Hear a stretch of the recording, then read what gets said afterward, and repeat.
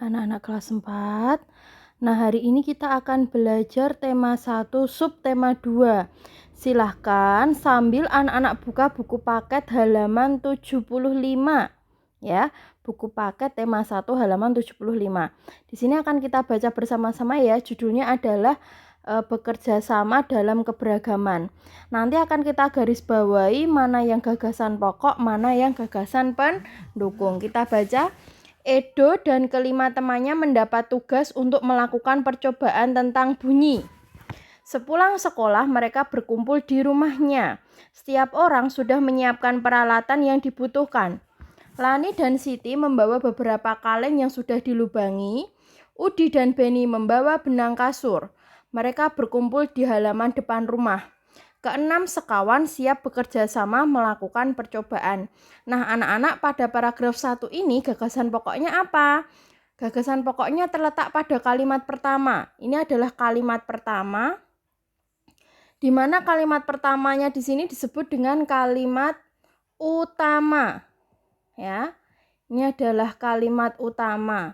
Di dalam kalimat utama ini mengandung yang namanya gagasan pokok. Di dalamnya ini terdapat gagasan pokok. Apa bunyi gagasan pokok? Apa? Kalimat utamanya tadi, Edo dan kelima temannya mendapat tugas untuk melakukan percobaan tentang bunyi. Nah, berarti gagasan pokoknya adalah tugas percobaan bunyi untuk kelompok Edo. Ya, berarti gagasan pokoknya tentang itu. Tugas percobaan tentang bunyi kelompok Edo, karena di sini Edo dan kelima temannya. Berarti itu kan kelompoknya Edo, atau boleh dibalik, kelompok Edo mendapat tugas percobaan tentang bunyi, gitu ya. Nah, sekarang kita tulis, kita garis bawahi, gagasan pendukungnya.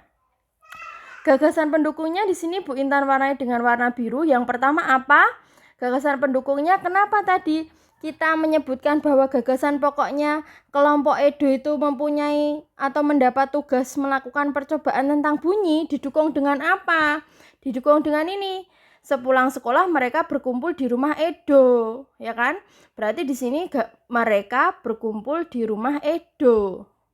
Yang kedua apa? Selain berkumpul di rumah Edo, gagasan pendukungnya, mereka menyiapkan peralatan yang dibutuhkan untuk percobaan. Berarti di sini mereka menyiapkan peralatan.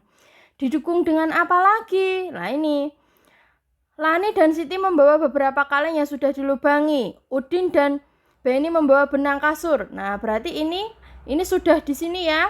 Jadi mereka menyiapkan peralatan. Jadi ini itu sama dengan kalimat gagasan pendukung itu tadi. Jadi boleh ditulis, boleh tidak. Karena yang bawah ini hanya untuk menjelaskan peralatan yang dibawa. Lani dan Siti membawa kaleng yang sudah dilubangi, sedangkan Udin dan Beni membawa benang kasur. Kemudian apalagi gagasan pendukungnya? Mereka berkumpul di halaman depan rumah. Berarti itu tentang tempat mereka berkumpul. Kemudian apa? Yang keempat, keenam sekawan siap bekerja sama melakukan percobaan. Berarti mereka siap bekerja sama melakukan percobaan. Nah, nanti akan kita buat peta konsep ya. Peta konsep yang dimana gagasan pokoknya nanti terletak di tengah dan gagasan pendukung nanti mengitari di samping-sampingnya seperti itu.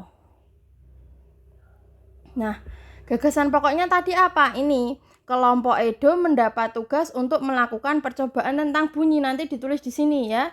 Kelompok Edo mendapat tugas melakukan percobaan tentang bunyi, gitu. Gagasan pendukungnya apa? Pulang sekolah mereka berkumpul di rumahnya. Berarti di sini tentang waktu pelaksanaan dan tempat pelaksanaan. Boleh. Terus di sini setiap orang sudah menyiapkan peralatan. Nah, di sini boleh ditulis setiap orang menyiapkan peralatan, gitu ya, di sebelah sini. Kemudian apa lagi tadi? Mereka berkumpul di halaman depan rumah, berarti tempat mereka berkumpul, ya kan? Yang keempat apa gagasan pendukungnya? Mereka siap bekerja sama. Gitulah, nanti ditulis di sini ya, anak-anak. Yang di tengah ini tadi gagasan pokoknya, sedangkan yang di samping-samping ini nanti adalah gagasan pendukung. Itu adalah untuk paragraf 1. Sekarang kita lanjutkan untuk paragraf 2 ya. Saat percobaan akan dimulai, tiba-tiba terdengar adzan. Berarti di sini terdengar suara adzan. Kemudian Siti dan Udin meminta izin kepada teman-temannya untuk sholat. Berarti di sini Siti dan Udin sholat. Teman-temannya mengizinkan mereka untuk melakukan beribadah. Teman-temannya mengizinkan mereka beribadah. Edo meminjamkan ruang makannya untuk digunakan Siti dan Udin sholat. Berarti di sini tempat Siti dan Udin sholat. Kemudian meskipun Edo beragama Katolik, ia tidak keberatan rumahnya dipakai untuk sholat. Berarti di sini Edo itu bersikap toleransi karena walaupun dia Katolik, ia tidak keberatan rumahnya dipakai untuk sholat. Kemudian Beni yang beragama Kristen, Dayu yang beragama Hindu, dan Lani yang beragama Buddha menunggu dengan sabar temannya beribadah. Ini juga merupakan sikap toleransi. Keenam, sahabat menghargai satu sama lain. Lah, di sini ide pokoknya terletak di mana? Apakah di kalimat pertama? Apakah paragraf ini menceritakan kalau percobaan akan dimulai terdengar adzan?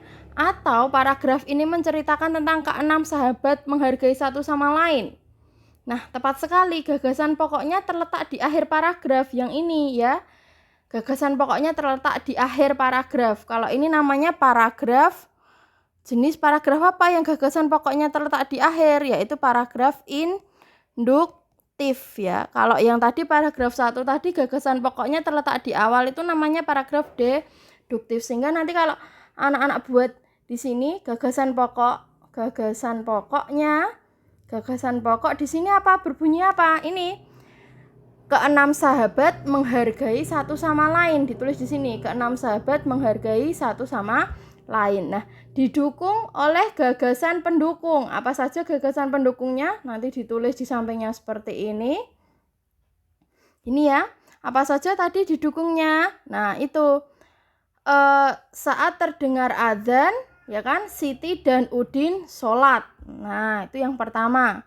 Yang kedua, teman-teman mengizinkan Siti dan Udin sholat. Nah, itu ya. Gagasan pendukung yang ketiga apa? Meskipun Edo beragama Katolik, tapi dia toleransi. Kenapa toleransi? Karena tidak keberatan rumahnya dipakai untuk sholat. Nah, nanti ditulis di sini. Meskipun Edo beragama Katolik, dia tetap toleransi. Yang terakhir apa? Tadi, semua teman-teman menunggu Siti dan Udin dengan sabar. Nah, gitu ya anak-anak. Jadi, ini ada 1 gagasan pokok dan 4 gagasan pendukung.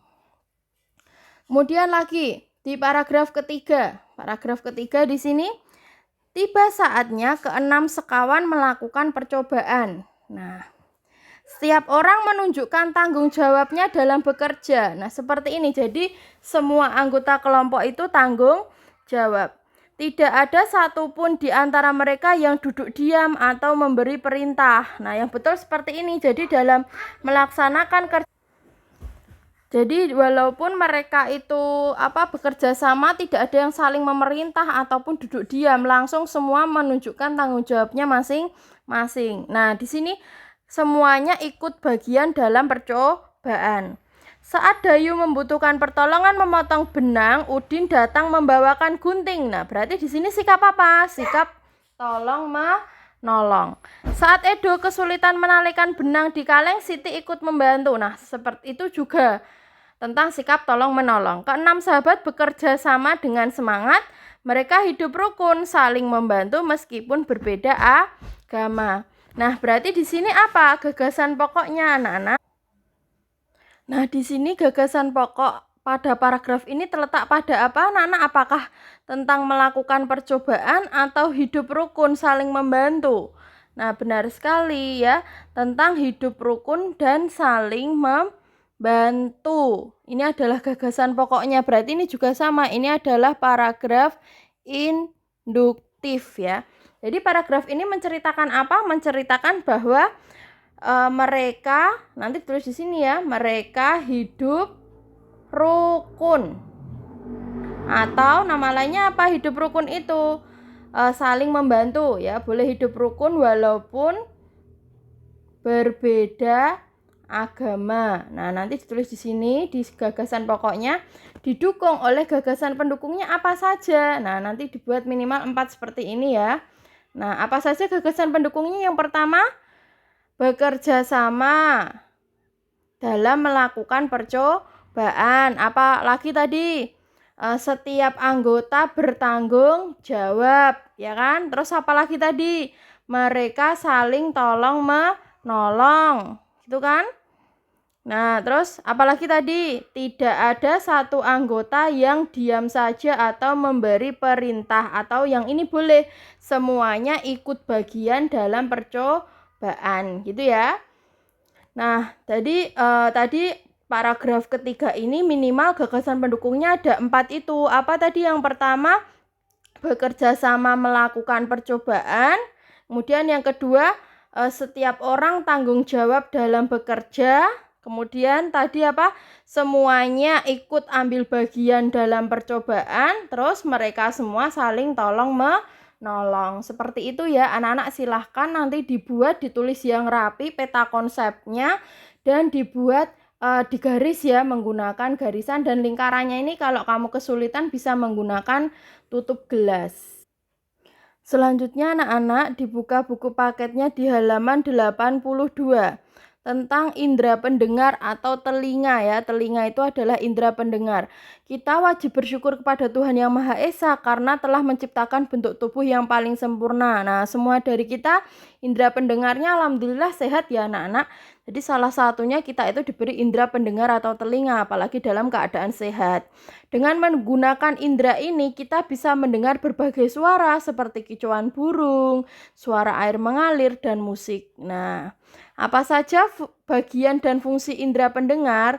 Nah, setelah ini nanti anak-anak silahkan digambar dengan bagus, dengan rapi, gambar organ telinga. Ya, seperti ini digambar di buku gambar dengan detail seperti ini. Nah, nanti akan lebih bagus lagi kalau diberi keterangan. Misalnya, ini adalah rumah siput. Nah, diberi nama rumah siput. Yang ini 3 saluran setengah lingkaran. Yang ini adalah daun telinga. Nah, nanti silahkan dilengkapi dan dibuat semenarik mungkin ya anak-anak. Jadi silahkan hari ini nanti anak-anak yang pertama membuat peta konsep gagasan pokok dan gagasan pendukung dari 3 paragraf. Dan yang kedua adalah menggambar organ telinga di buku gambar dan dilengkapi. Terima kasih anak-anak, tetap semangat belajar dari rumah. Wassalamualaikum warahmatullahi wabarakatuh.